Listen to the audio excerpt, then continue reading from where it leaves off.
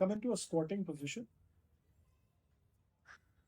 with your hands and feet forming a square. Make sure the hands are not too close to your feet or too close to each other. The hands are shoulder width apart, feet are shoulder width apart. Now come up on your toes.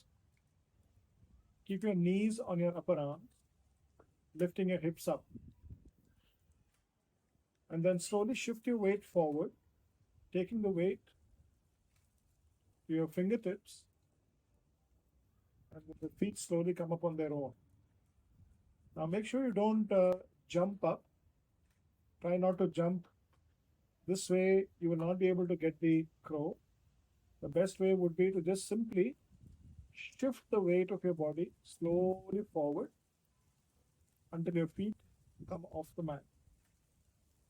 Also try not to look down. If you look down, then you won't get the right kind of balance. Your eyes should be looking forward.